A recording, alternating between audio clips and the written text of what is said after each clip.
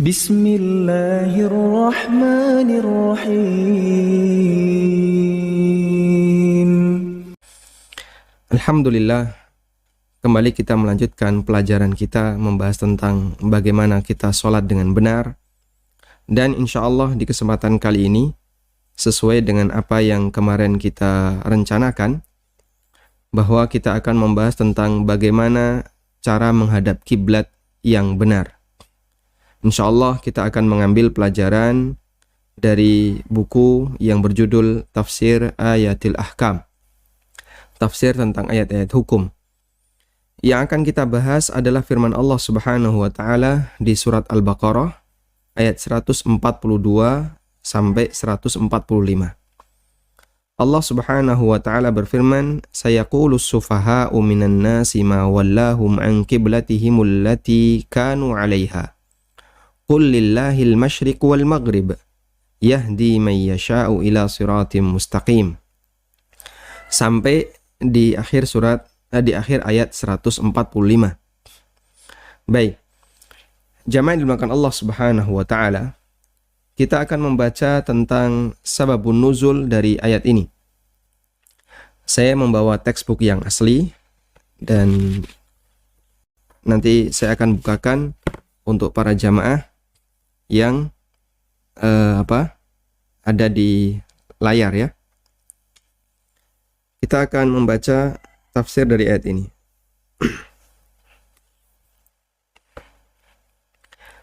Surat Al-Baqarah ayat atau yang berada di juz 2. Ini di halaman, karena beda antara halaman cetakan yang saya bawa dengan yang saya download ya.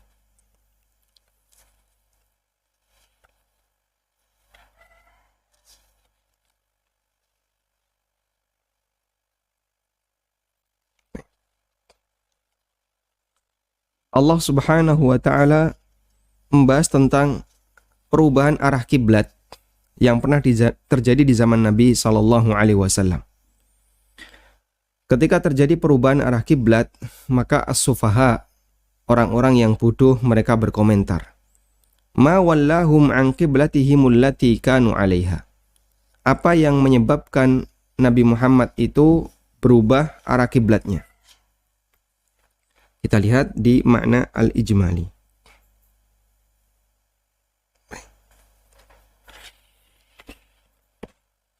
Saya bacakan. Yaqulullahu jalla thana'uhu ma makna. Allah Subhanahu wa taala berfirman, ini tentang tafsir global dari ayat. Orang-orang bodoh di kalangan manusia, mereka adalah Yahudi, musyrikin, dan orang-orang munafik yang merupakan ahlud dhalal, orang-orang yang sesat. Mereka mengatakan, ma sarafahum wa hawwalahum 'anil qiblati allati kanu yatawajjahuna ilaiha.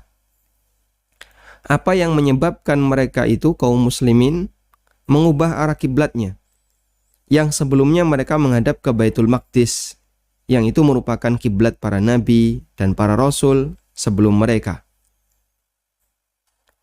Qul lahum ya Muhammad, karena itu sampaikan kepada mereka wahai Muhammad, lillahil masyriq wal maghrib. Timur, barat, utara, selatan itu milik Allah. Semua arah itu milik Allah Subhanahu wa taala. Dan Allah Subhanahu wa taala yatasarrafu fi mulkihi kaifa syaa. Dia berhak untuk mengatur kerajaannya sesuai dengan apa yang dia kehendaki. Yang tentu saja ala ma taqtadihi hikmatuhul balighah. Sesuai dengan hikmah yang sempurna yang dimiliki oleh Allah Subhanahu wa taala. Yahdi man yasha, Allah memberikan petunjuk kepada siapa saja yang dia kehendaki di antara hambanya kepada jalan yang lurus yang mengantarkan kepada kebahagiaan dunia dan akhirat. Wa kama hadainakum ayyuhal mu'minun, sebagaimana Allah telah memberikan hidayah kepada kalian wahai orang mukmin, maka Allah Subhanahu wa taala juga khususkan untuk kalian hidayah berupa kiblatnya Ibrahim alaihissalatu wassalam. Demikian pula aku lebihkan untuk kalian di atas umat-umat sebelum kalian. Faja'alnakum ummatan udulan khiyaran, maka aku jadikan kalian sebagai umat pertengahan pilihan. Litashhadu lil anbiya'i yaumal qiyamah ala umamihim, agar kalian menjadi saksi pada hari kiamat untuk perbuatan yang dilakukan oleh para umat nabi-nabi sebelum kalian, bahwa mereka telah menyampaikan risalah kepada kalian, dan nanti Rasul SAW akan menjadi saksi bagi kalian, saksi untuk tingkatan iman dan al-ittiba, pengakuan kalian dalam mengikuti Rasulullah SAW terhadap risalah agama yang lurus ini. Lalu beliau melanjutkan, wa ma amarnaka bittahawuli anil qiblah, dan aku tidaklah memerintahkan kalian untuk mengubah arah kiblat allati kunta 'alaiha, dari kiblat sebelumnya yaitu ke arah Baitul Maqdis, diubah ke arah Ka'bah, agar illa liyatabayyana lin-nasi ats-tsabit, agar menjadi jelas bagi manusia siapakah orang yang imannya itu kuat sehingga dia tidak terpengaruh dengan al-mutasyakkik fi dini, orang-orang yang masih ragu dalam agamanya, di mana mereka selalu diterpa dengan angin syubhat, ya. Mereka selalu terpengaruh dengan syubhat yang itu dihembuskan oleh musuh-musuh agama. Ada yang menjadi munafik, ada yang jadi kafir, ada yang murtad dari agama Allah Subhanahu wa taala disebabkan karena syubhat. Dan wa ma kana Allahu liyudhi'a salatakum, dan Allah taala tidak menyia-nyiakan salat kalian. Sehingga ketika arah kiblat itu diubah oleh Allah, di Madinah itu geger. Di Madinah geger.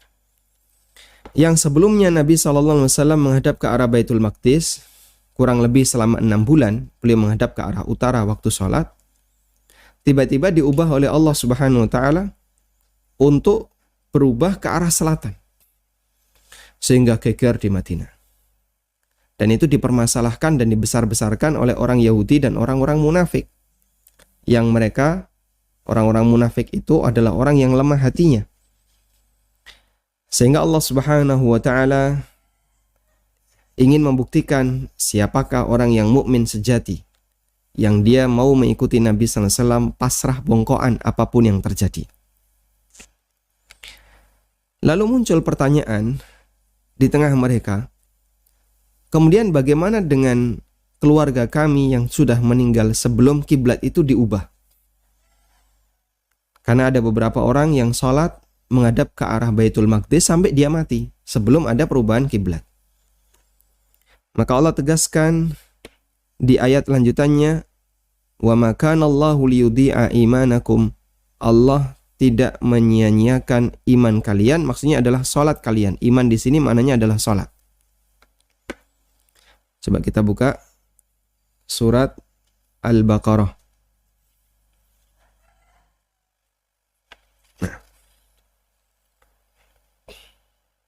Ayat 143.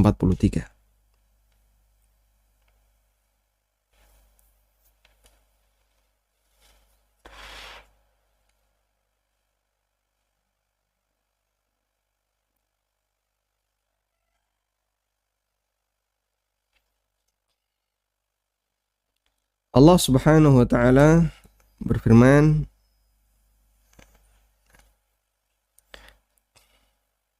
di Al-Baqarah ayat 143 ya, mulai dari 143. Wa ma kana Allahu liyudhi'a imanakum. Jadi setelah Allah perintahkan kaum muslimin untuk menghadap ke arah kiblat, Allah jelaskan, wa ma ja'alnal qiblata allati kunta 'alaiha, dan tidaklah aku jadikan kiblat kunta 'alaiha yang dulu kalian arahkan ketika kalian salat, illa lina'lam, selain agar kami mengetahui mayyattabi'ur rasula mimman yanqalibu ala aqibai, siapa yang jujur imannya sehingga dia mau mengikuti Rasul apapun yang terjadi, dengan orang yang dia murtad, balik arah. Wa in kanat lakabiratan, meskipun itu berat, illa 'alal ladzina hadallah, kecuali bagi orang-orang yang mendapatkan petunjuk dari Allah. Sehingga bikin geger itu sampai ada sebagian orang yang menyatakan saya benci Islam, tidak mau mengikuti Rasulullah SAW. Kenapa? Ini kok pelintat-pelintut ya, nggak konsisten. Sholat awalnya menghadap ke utara, sekarang diubah menghadap ke selatan. Maka menjadi jelas perbedaan mereka yang mau mengikuti Nabi SAW secara maksimal dengan mereka yang mengikuti Nabi SAW tapi setengah-setengah. Lalu muncul pertanyaan di kalangan para sahabat. Kemudian bagaimana dengan nasib para keluarga kami yang mereka sudah mati sebelum arah kiblat itu diubah? Allah Subhanahu wa taala jelaskan, "Wa ma kana Allahu liyudhi'a imanakum." Allah tidak menyia-nyiakan iman kalian. Dan iman di sini maknanya adalah salat kalian. Karena salat itu bagian dari iman. Sehingga langsung di sini penulis menafsirkan, "Wa ma kana Allahu liyudhi'a salatakum. Innallaha rahim bi ibadi." Allah sangat penyayang dengan hambanya. Sehingga Allah Subhanahu wa taala tidak menguji mereka untuk menyia-nyiakan amal mereka. Namun Allah akan berikan balasan yang terbaik bagi mereka. Kemudian Allah Subhanahu wa taala berfirman,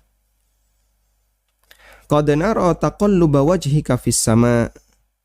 Kami telah melihat kamu itu bolak-balik melihat ke arah atas. "Falanuwalliyannaka qiblatan tardaha." Maka akan aku hadapkan kamu ke arah kiblat yang kamu sukai. "Fawalli wajhaka syatral masjidil haram." Selanjutnya hadapkanlah wajahmu ke arah Masjidil Haram. Baik. Kita lihat tafsirnya. "Katsiran ma ra'ayna taraddudu basaraka ya Muhammad jihatas sama." Aku melihat kamu, banyak sekali melihat kamu sering dongak ke arah langit, sering melihat ke arah atas untuk menunggu wahyu dan berharap agar diubah arah kiblat. Maka Allah Subhanahu wa taala janjikan akan aku alihkan arah kiblat itu. "Falanuwajjihannaka ila kiblatin tuhibbuha." Akan aku arahkan kiblat itu ke arah yang engkau sukai. Karena itu hadapkanlah ketika kamu sholat ke arah Masjidil Haram. Sehingga permintaan perubahan arah kiblat itu harapan dari Nabi SAW. Ketika kaum muslimin menghadap ke arah Baitul Maqdis, pada saat beliau berada di kota Madinah, orang-orang Yahudi komentar, "Muhammad itu pengikut kami. Agama kami mengajarkan ketika sholat menghadap ke Baitul Maqdis. Agamanya Muhammad mengajarkan seperti itu pula. Dan mereka ikut-ikutan kami." Dan mendengar komentar-komentar yang semisal membuat Nabi SAW berharap agar Allah Subhanahu wa taala mengalihkan arah kiblat bukan ke Baitul Maqdis tapi ke Baitullah di Ka'bah. Mengalihkan arah kiblat ke arah Ka'bah. Akhirnya Allah Subhanahu wa taala alihkan kiblat itu ke arah Ka'bah. Yang itu merupakan kiblat kaum muslimin sebelum hijrah dan kiblat Ibrahim alaihissalatu wassalam. Dan ahlu kitab mereka mengetahui anna dzalika tawalli syatral masjidil haram huwal haq. Ahlu kitab mengetahui, Yahudi dan Nasrani mengetahui, menghadap ke arah Masjidil Haram itulah yang benar, yang diturunkan kepada Nabi SAW. Tapi mereka bikin geger di afal muslimin, orang-orang mukmin yang lemah iman, agar membuat ragu agamanya dengan menyebarkan syubhat dan kebatilan dengan cara Muhammad itu nggak konsisten, arah kiblat aja diubah, apalagi nanti yang lain agamamu bisa berubah-ubah, dan membuat sebagian orang tadi ragu terhadap imannya. Padahal Allah Subhanahu wa taala tidak pernah lalai terhadap apa yang mereka kerjakan. Baik. Coba kita baca sababun nuzul. dari ayat ini. Diriwayatkan oleh Bukhari dan Muslim dari Al-Barra bin Azib, anna Nabiyya sallallahu alaihi wasallam, bahwa Nabi sallallahu alaihi wasallam kana awwala ma nazala al-Madinah. Pertama kali ketika beliau singgah di Madinah, nazala ala akhwalihi minal ansar. Beliau singgah di rumah akhwal beliau. Akhwal itu saudara dari ibu. Akhwal itu keluarga dari ibu, ya, dari jalur ibu, namanya akhwal. Karena dulu kakek Nabi SAW, kakek buyut beliau yang bernama Hashim, itu menikah dengan wanita Ansor. Lalu Hashim meninggal di sana, di Madinah. Dan Nabi SAW punya keluarga dari nenek buyutnya ini, yang merupakan wanita Ansor. Kemudian kata Al-Barra bin Azib, wa annahu shalla ila Baitul Maqdis. Dan Nabi SAW salat ke arah Baitul Maqdis 16 syahron, selama 16 bulan. Salat menghadap ke arah Baitul Maqdis selama 16 bulan. Wa kana yu'jibu an takuna qiblatuhu ilal bait. Tapi beliau ingin agar kiblatnya itu ke arah Ka'bah. Dan pertama kali sholat yang beliau lakukan adalah sholat asar dan sholat bersama sekelompok orang. Fa kharaja rajulun mimman kana shalla ma'ahu. Lalu, jadi setelah terjadi perubahan kiblat dari arah Baitul Maqdis ke arah Mekah, pertama kali sholat yang dikerjakan Nabi SAW setelah perubahan kiblat itu adalah sholat asar. Selesai sholat asar, ada salah satu jamaah yang pulang. Lalu famarra, lalu mereka melewati ala ahlil masjid wahum raki'un. Sahabat yang pulang ini melewati ada orang yang sedang sholat di masjid selain Masjid Nabawi. Di posisi mereka sedang ruku. Di posisi mereka sedang ruku. Jadi Nabi SAW mendapatkan wahyu, terjadi perubahan arah kiblat. Lalu beliau ngimami sholat asar. Pertama kali mereka sholat menghadap ke arah Ka'bah, menghadap ke arah Mekah. Selesai sholat, salah satu jamaah pulang. Di perjalanan dia melewati ada masjid yang jamaahnya sedang sholat asar dan dalam posisi ruku. Karena di masjid ini belum tahu perubahan, maka mereka sholat menghadap ke arah Baitul Maqdis. Faqala, maka sahabat tadi meneriakkan, Ashhadu billah, ushhidu billah, laqad shallaitu ma'an Nabi sallallahu alaihi wasallam qibala Makkah. Aku jadikan Allah sebagai saksi. Aku telah sholat bersama Nabi sallallahu alaihi wasallam menghadap ke arah Mekah. Fadaru kamahum qibalal bait. Maka mereka pun berputar, ya. Mereka pun berputar dengan posisi ruku, kamahum, sebagaimana posisi mereka. Mereka pun berputar dengan posisi ruku, qibalal bait, ke arah Ka'bah. Ya. Sehingga Anda bisa bayangkan, ya, secara peta posisi, ya, secara peta posisi ini utara. Ya. Di sini Madinah. Mekah di mana? Di selatan. Di sini Mekah. Dengan jarak sekitar 400 km. Jaraknya 11 marhalah. Dan satu marhalah itu 50 kilo. Jarak Mekah dan Madinah 11 marhalah. Satu marhalah tadi berapa? 50 kilo. Sehingga kurang lebih antara 400 sampai 450. Di mana Baitul Maqdis? Di utara jauh, tapi agak serong ini. Di sinilah Baitul Maqdis.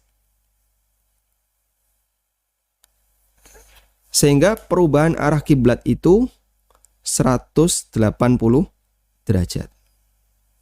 Perubahan arah kiblat itu membentang 180 derajat. Ya. Dari yang awalnya arah utara, kemudian ke arah selatan, 180 derajat. Tayyib. Sahabat itu meneriakkan, fadaru kamahum, maka mereka pun berputar sebagaimana posisi mereka, yaitu tetap rukuk, berputar. Anda bisa bayangkan ya, dari begini kemudian berputar begini. Wa kana alladhi qad mata 'ala al-qiblah qabla an tahawuli qibalal bait rijalan kutilu lam nadri. Sementara sudah ada beberapa orang yang mati sebelum perubahan qibalal bait ke arah Ka'bah, beberapa orang yang mereka terbunuh, yang kami tidak tahu mana qulu fihim, apa komentar kami tentang mereka.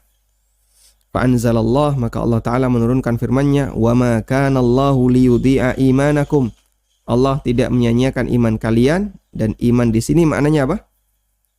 Iman di sini maknanya apa? As-shalah. Allah tidak menyia-nyiakan salat kalian.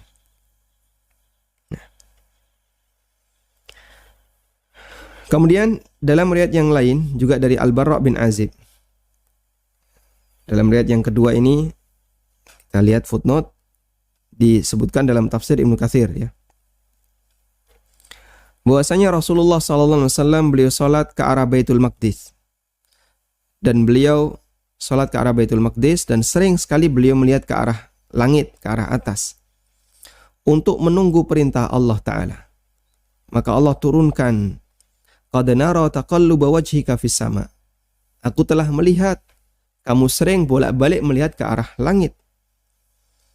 Faqala rijalun minal muslimin, ada beberapa orang di kalangan kaum muslimin, wadidna law alimna ilma man mata minna qabla an tusarrafa ilal qiblah. Kami berharap bisa tahu kondisi keluarga kami yang telah meninggal sebelum perubahan kiblat. Bagaimana nasib salat kami, salat mereka yang dulu menghadap ke arah Baitul Maqdis, berarti batal dong salatnya. Maka Allah turunkan, wa ma kana Allahu liyudhi'a imanakum, Allah tidak menyia-nyiakan salat kalian. Sehingga salat kalian itu tidak batal. Nah, selanjutnya jamaah yang dimuliakan Allah Subhanahu wa taala, kita akan lebih fokus tentang bagaimana cara menghadap kiblat. Bagaimana cara menghadap kiblat yang diperintahkan oleh Allah Ta'ala di ayat ini. Allah perintahkan di ayat yang tadi kita baca, fawalli wajhaka syatral masjidil haram. Hadapkanlah wajahmu ke arah Masjidil Haram. Allah Subhanahu wa taala berfirman di sini ya, fawalli wajhaka syatral Masjidil Haram. Hadapkanlah wajahmu ke arah Masjidil Haram. Sekarang kita akan lihat makna syatral Masjidil Haram.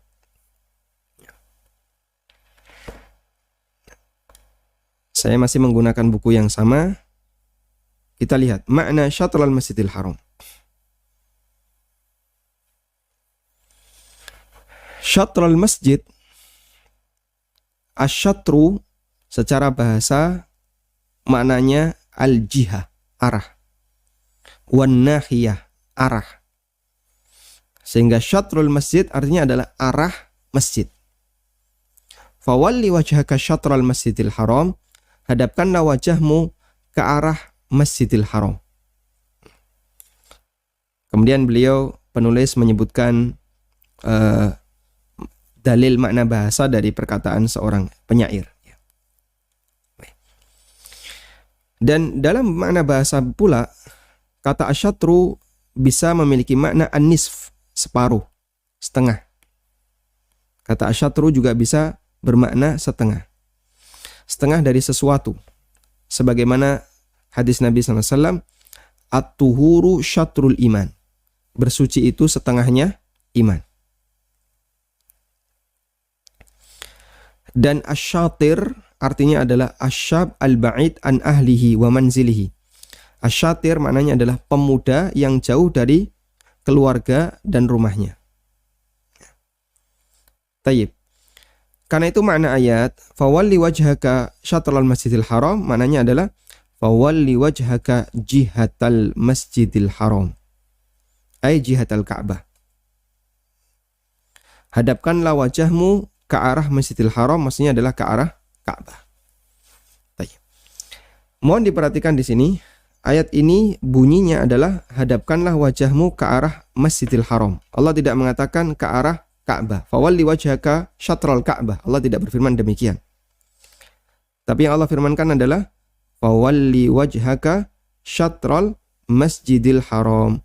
Hadapkanlah wajahmu ke arah Masjidil Haram. Baik. Selanjutnya kita akan melihat apa makna Masjidil Haram dalam ayat ini. Tentang makna Masjidil Haram, kata Masjidil Haram itu memiliki banyak makna. Kata Masjidil Haram memiliki banyak makna.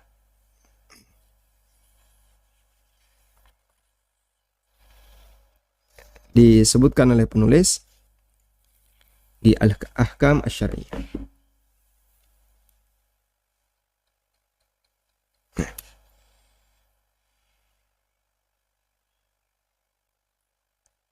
Baik, kita coba lihat tentang makna Masjidil Haram di ayat di atas.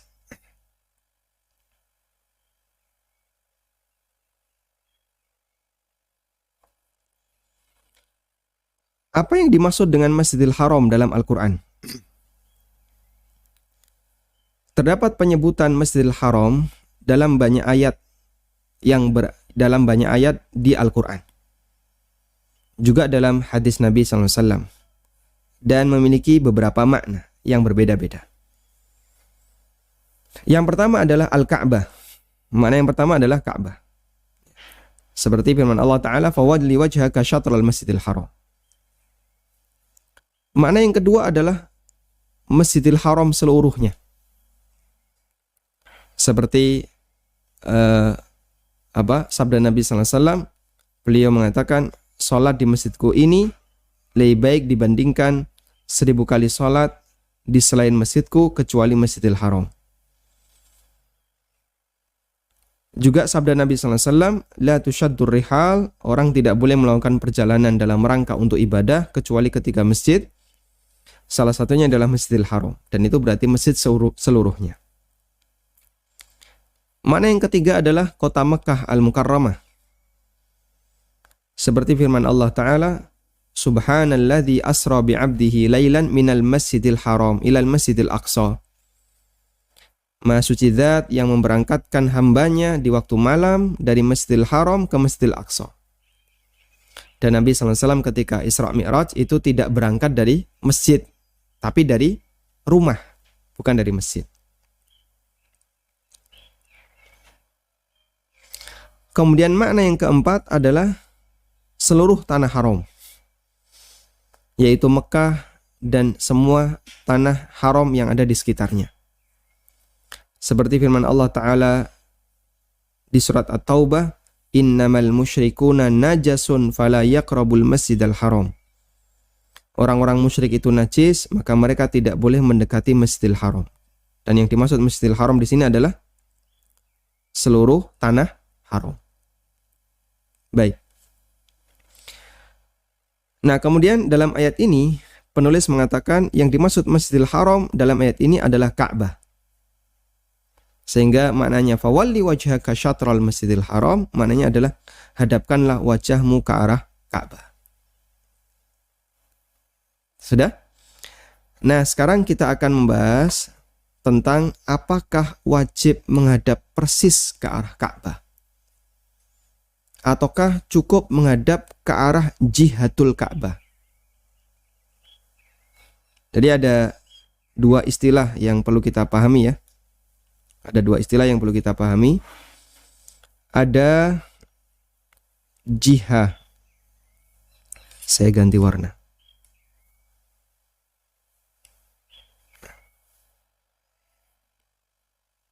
Ada jihah. Ada jihatul Ka'bah.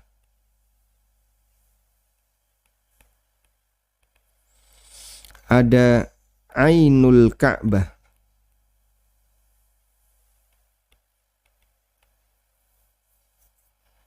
Ada dua hal yang perlu kita bedakan. Ada arah, ini bicara arah. Ada objek tepat. Nah,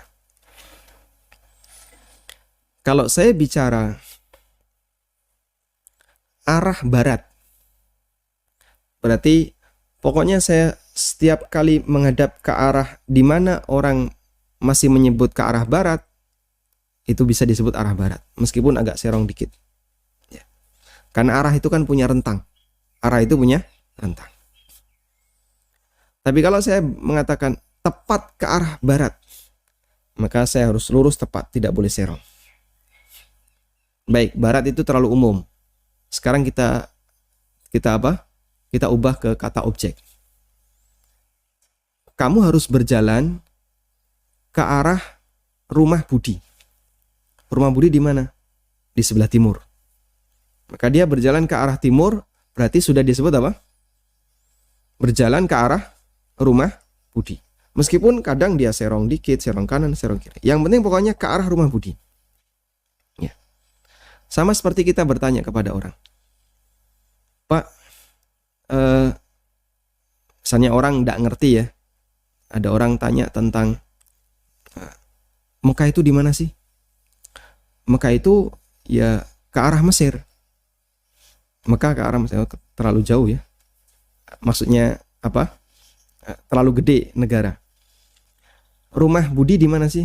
Oh, rumah Budi ya searah dengan rumah Tony.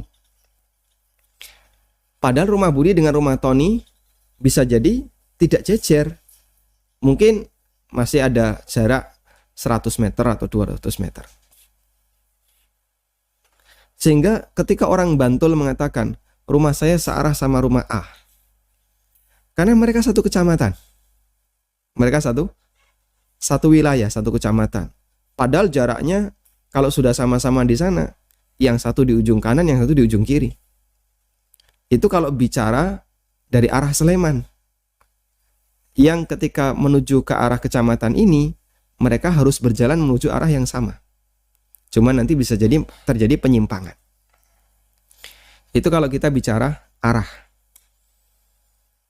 Tapi kalau kita bicara ain, berarti harus tepat objek. Arah Ka'bah berarti ke arah di mana Ka'bah berada. Kalau ainul Ka'bah berarti harus tepat ke fisik Ka'bah. Baik. Nah, di sini dibahas oleh para ulama. Apakah menghadap kiblat itu harus ke ainul Ka'bah? Ataukah cukup menghadap ke arah Ka'bah? Cukup menghadap arahnya. Penulis mengatakan, menghadap kiblat termasuk salah satu kewajiban sholat. Sholat tidak sah ketika tidak menghadap kiblat. Kecuali maja'a fi sholatil khawfi wal faza. Ketika orang sedang sholat khawf, yaitu sholat ketika suasana perang, maka dia boleh sholat ke arah manapun. Wa fi sholatin nafilah, termasuk juga sholat sunnah di atas kendaraan. Maka orang seperti ini boleh menghadap ke arah manapun. Sehingga penulis ingin menyimpulkan, menghadap kiblat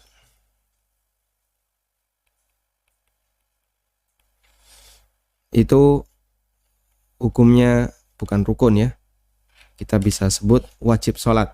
Gitu aja.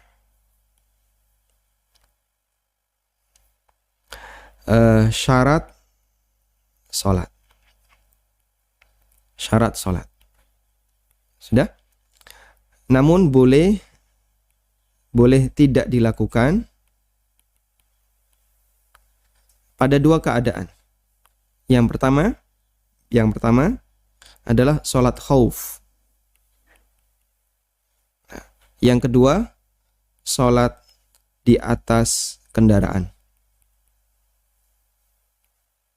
Baik.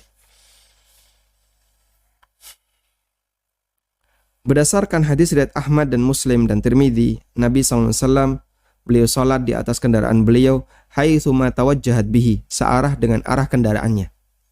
Ontanya mau menghadap ke arah timur, barat, utara, selatan, beliau SAW ikuti searah dengan arah kendaraan.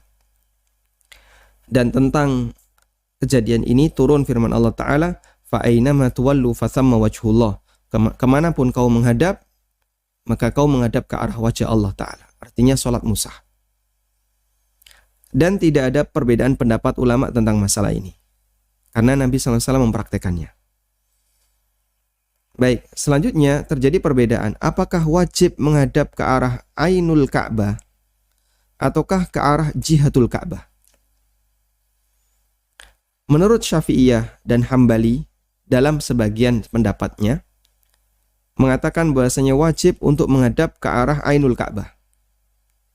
Sedangkan menurut Hanafiyah dan Malikiyah, bahwasanya yang wajib adalah menghadap ke arah kiblat, arah Ka'bah. Menghadap ke Jihatul Ka'bah. Tadi sudah kita jelaskan ya, perbedaan antara ain dengan jihah. Saya bukakan buku Fiqhun Nawazil, karya Dr. Bakar Abu Zaid rahimahullah, tentang masalah apakah harus menggunakan kompas ketika orang mau mencari kiblat. Beliau menyebutkan khilaf para ulama ya, tentang masalah apakah harus menghadap ke arah Ka'bah itu. Beliau mengatakan, annal jumhur ulama, mereka adalah Hanafiyah, Malikiyah dalam riwayat yang dhahir, kemudian Hambali menurut jumhur Hambali, wa qaulun lisyafi'iyah, dan salah satu pendapat dalam mazhab Syafi'iyah. Sehingga jumhur di sini mencakup Hanafiyah, yang dhahir, yang lebih dominan dalam Malikiyah, yang lebih dominan dalam Hambali, dan salah satu pendapat dalam Syafi'iyah. Mereka mengatakan yakfil basir al-qadir istiqbala jihatil Ka'bah bijtihadin. Cukup bagi orang yang mampu melihat tanda-tanda alam untuk menghadap ke arah Jihatul Ka'bah. Ke arah Jihatul Ka'bah, bukan Ainul Ka'bah.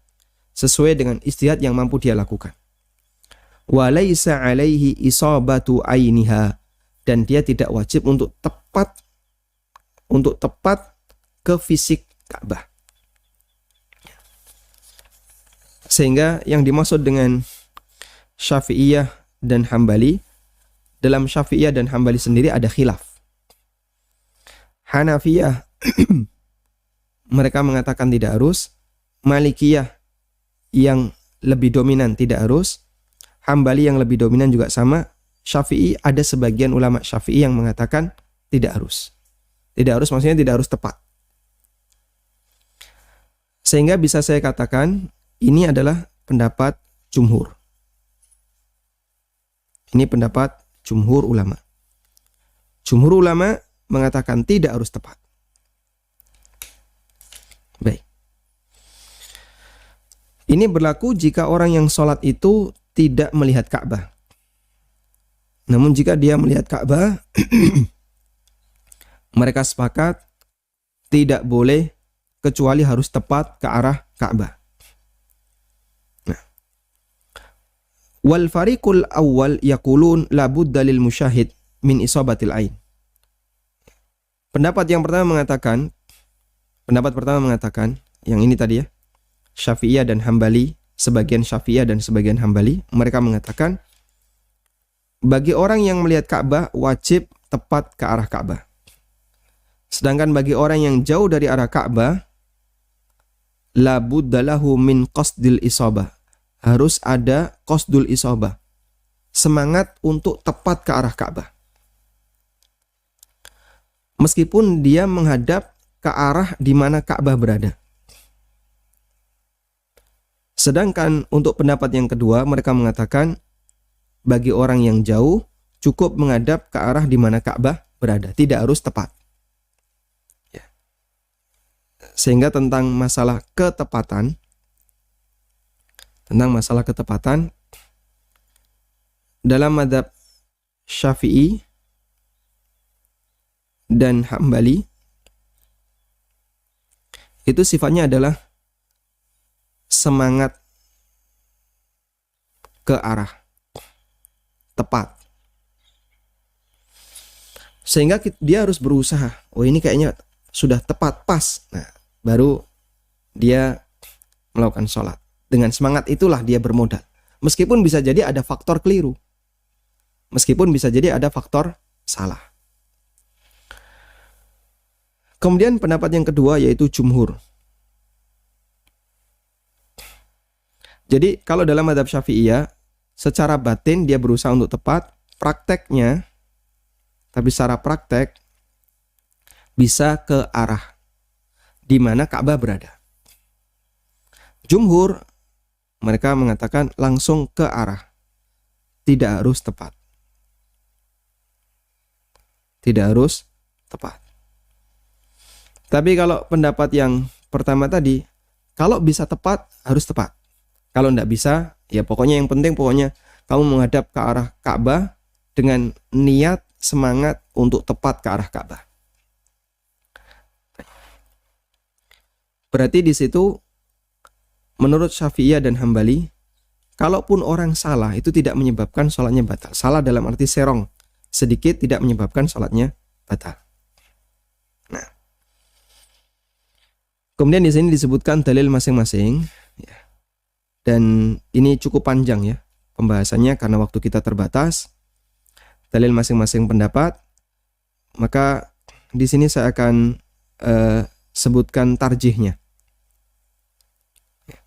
Saya sebutkan tarjihnya. Tarjih yang disampaikan oleh penulis. Di atas adalah hadhi khulasa, ini adalah kesimpulan dalil masing-masing yang sudah saya bawakan.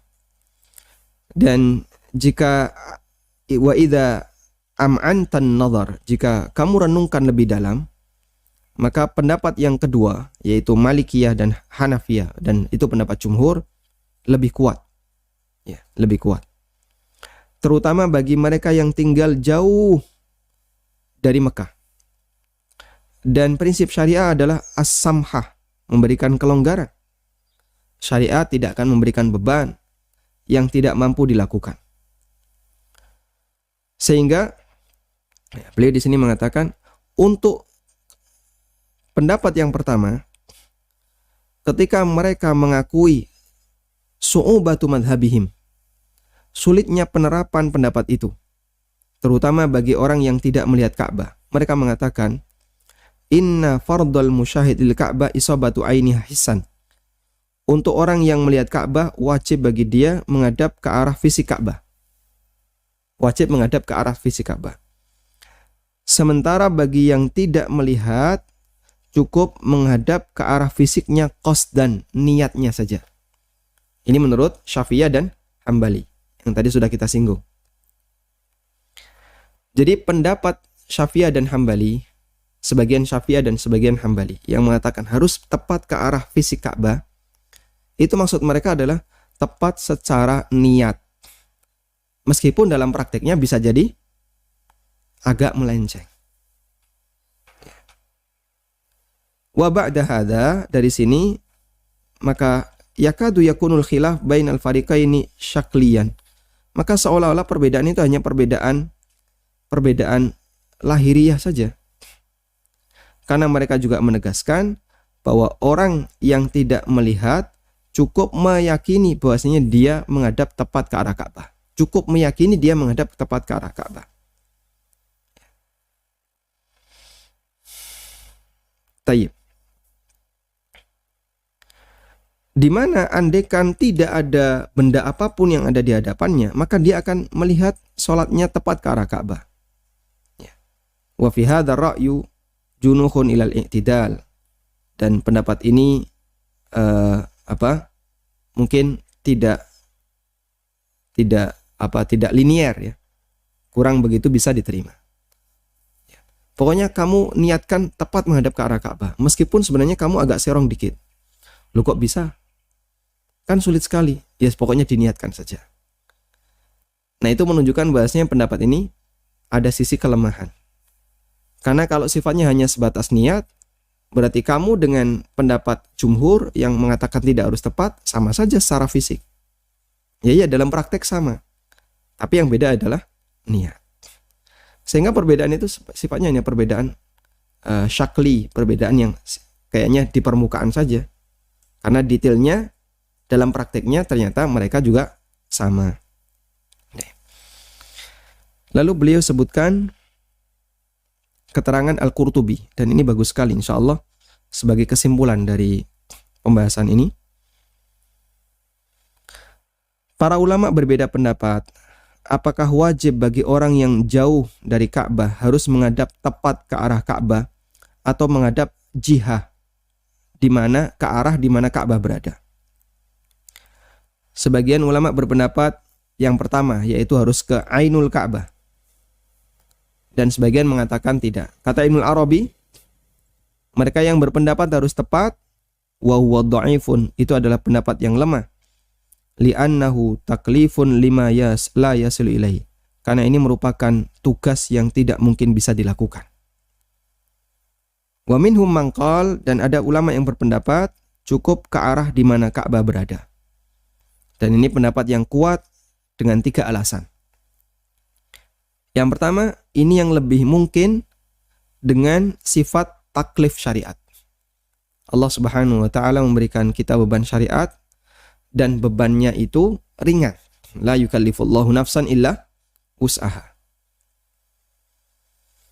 Yang kedua, ini yang diperintahkan dalam Al-Qur'an.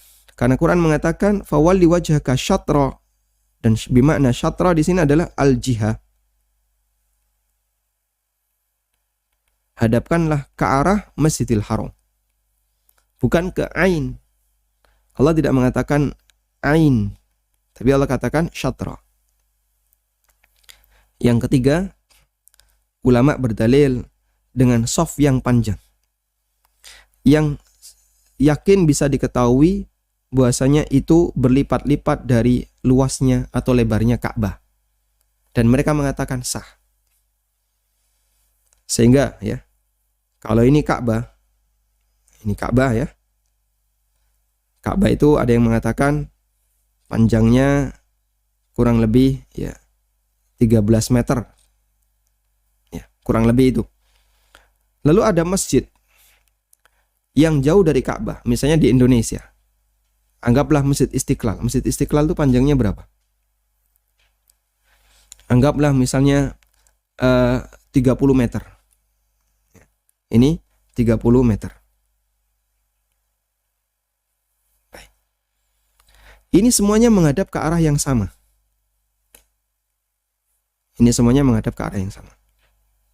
Sehingga yang sini tidak serong dikit, tidak, tapi menghadap ke arah yang sama. Ulama sepakat sholat shaf 30 meter ini sah. Andaikan Ka'bah itu didekatkan ke mereka, Ka'bah itu di sini. Andaikan didekatkan ke mereka Ka'bah di sini, berarti orang ini jadinya dia tidak tepat ke arah Ka'bah. Tapi ulama sepakat sholat seperti ini sah. Nah, kemudian pembahasan itu dijelaskan. Yang namanya arah itu kan juring. Namanya arah itu luas juring. Luas juring begini ya. Dan luas juring semakin jauh semakin lebar sekali. Namanya juring kan makin jauh makin lebar. Inilah juring arah Ka'bah. Siapapun yang sholat masuk juring ini, maka sholatnya sah. Kalau begitu, dan ini pendapat mereka yang alasan mereka yang ingin mengkalibrasi arah kiblat. Pokoknya selama di rentang juring sah. Saya tanya ini langsung ke orang yang melakukan kalibrasi arah kiblat sebuah masjid. Kalau ada masjid yang shafnya itu sangat lebar, melebihi lebarnya Ka'bah, Padahal mereka menghadap ke arah satu garis yang sama. Lalu jawaban beliau, titik itu kalau dilihat dari jauh dia melebar. Maksudnya adalah juring. Baik, wilayah juring ini, selama dia masuk ke wilayah juring ini, maka sah. Nah, kalau bicaranya wilayah juring, lebar sekali. Berarti kalau bicara wilayah juring, jadinya tinggal 4 arah. Arah barat, arah utara, selatan, timur. Karena semua yang menghadap ke arah barat pasti kena juring ini, pasti. Saking lebarnya juring itu.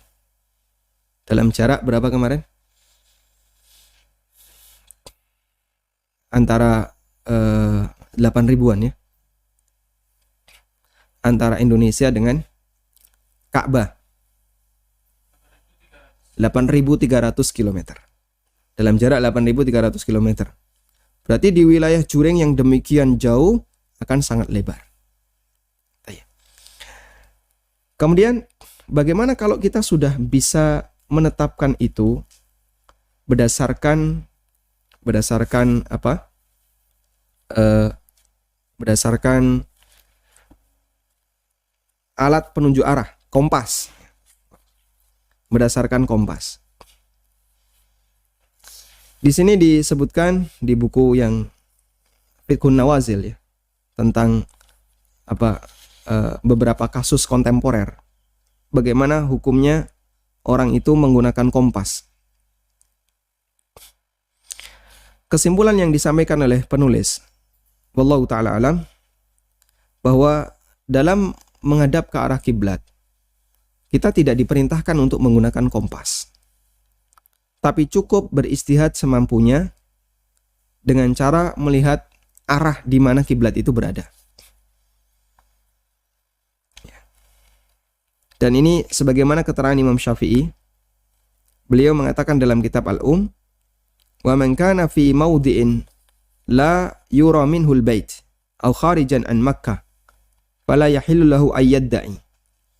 Orang yang berada di tempat yang tidak melihat Ka'bah atau di luar kota Mekah, maka dia nggak boleh ngawur. Kullama aradal maktubah, ketika mau sholat wajib. Ayyajtahida fi talabi sawabil Ka'bah bid-dalail. Dia harus berusaha untuk mencari arah yang tepat ke arah Ka'bah dengan dalail, dengan tanda-tanda alam. Disebutkan minan nujum wasyams wal qamar wal jibal wa mahabir rih, seperti melihat ke arah bintang atau matahari atau bulan atau gunung atau arah mata angin. Wa kullu ma fihi dalalatul qiblah, dan semua yang bisa digunakan sebagai media untuk penunjukan kiblat. Anda bisa bayangkan, yang namanya arah mata angin dijadikan sebagai arah penunjukan kiblat, itu kira-kira nilai kebenarannya berapa persen? Kalau harus tepat. Ya ada nilai kebenarannya, tapi sangat kecil. Matahari dan bulan, nilai kebenarannya berapa persen? Kalau orang tidak mengetahui ilmu seperti zaman sekarang.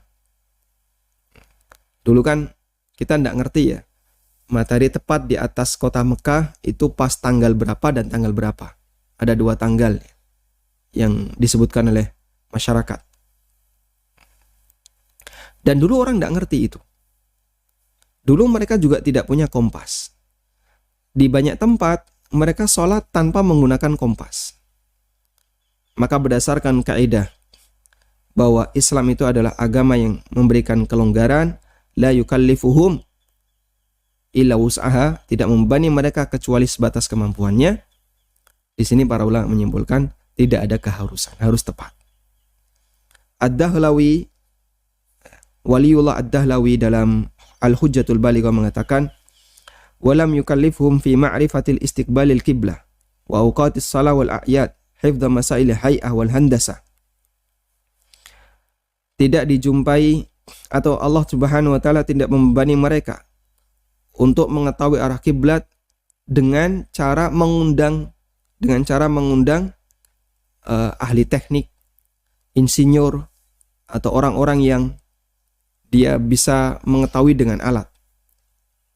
Wa asyara biqaulihi, karena terdapat hadis yang mengatakan al-qiblatu ma bainal masyriqi wal maghrib. kiblat itu antara timur dan barat. Dan riwayat itu disebutkan dalam buku yang tadi kita bahas ya. Al-qiblatu ma bainal masyriqi wal maghrib.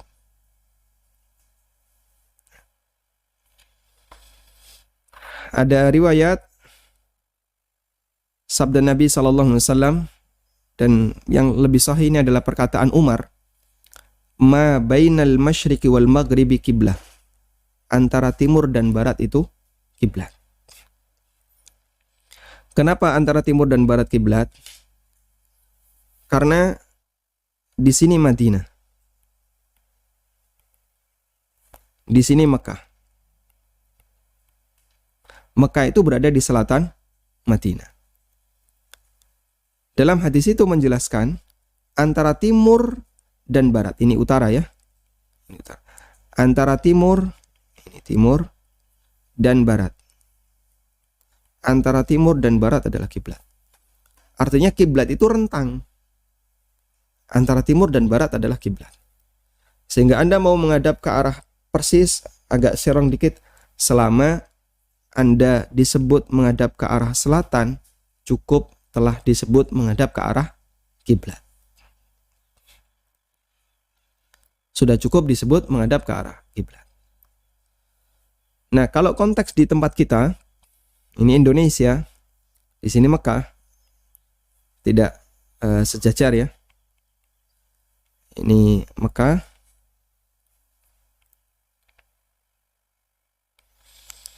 Yang itu faktor koreksinya kurang lebih 21 derajat. Faktor koreksi. Ketemu angka ini setelah dilakukan perhitungan dengan menggunakan alat. Sebelum ada alat, orang tidak tahu ini. Sehingga dulu Muslim di masa silam yang mereka belum belajar tentang geodesi, ini ilmu apa? Geografi ya? Atau ilmu-ilmu yang membahas tentang ini, ilmu geodesi dan seterusnya, dia nggak tahu angka ini. Dia nggak tahu. Baru ketemu angka ini setelah ditemukan kompas, setelah ditemukan penunjuk arah. Sudah? Tapi dominan Mekah itu berada di arah barat. Dominan di arah barat. Dengan jarak 8.300 km kurang lebih. Maka dominan di arah barat itu, selagi orang sholat ke arah barat, insya Allah dia sudah disebut sholat menghadap ke arah Ka'bah atau ke arah kiblat, di mana Ka'bah itu berada. Menurut pendapat jumhur ulama.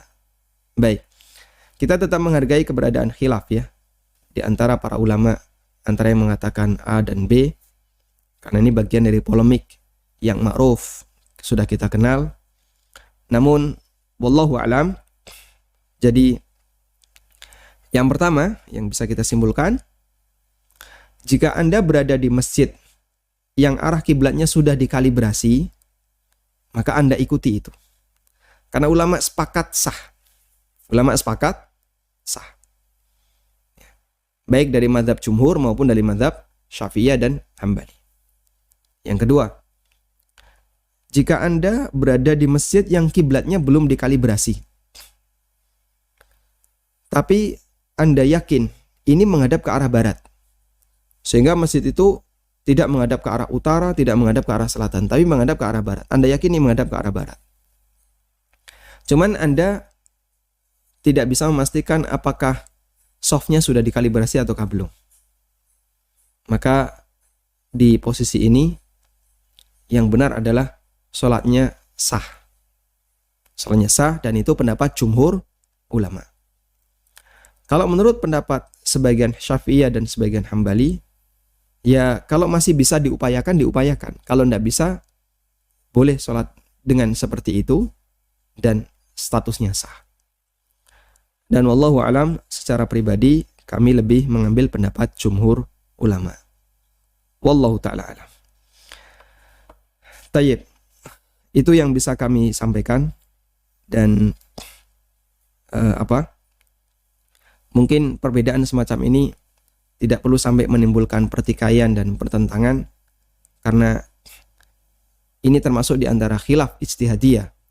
Ada yang mengatakan A, ada yang mengatakan B, sehingga kalaupun kurang dari 20 derajat ya, kok tidak dikoreksi 21 derajat atau sekian puluh derajat, insya Allah pendapat yang kami yakini menurut jumhur ulama masih terhitung sebagai sholat yang sah selama masjid itu menghadap ke arah barat.